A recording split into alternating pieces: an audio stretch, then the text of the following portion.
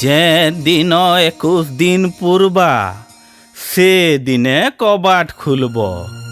যদি 21 দিন নাই পুরি কবাট খুলব তো তোমার কাম নাই বনে। এটা ঠিক মনে রখিথিব হজুর। হও হও, তোমার কথাকে মানমু। এতকর কাম দাম আরম্ভ কর।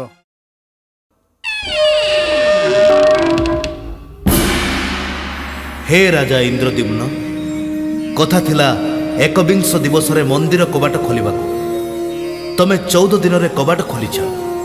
तेणु बाध्य होई अर्धनिर्मित 3 गोटी मूर्ति को जगन्नाथ, बलभद्र और सुभद्रा नामकरण करी विश्वावसु सबरा हातरे मोर ब्रह्मज्योति मूर्ति मध्य स्थापन कराई यथानीति पूजा कर। मु स्वर्गर बढ़ई विश्वकर्मा को मूर्ति गढ़िबा पई बुढ़ा बेशरे पठैथिली।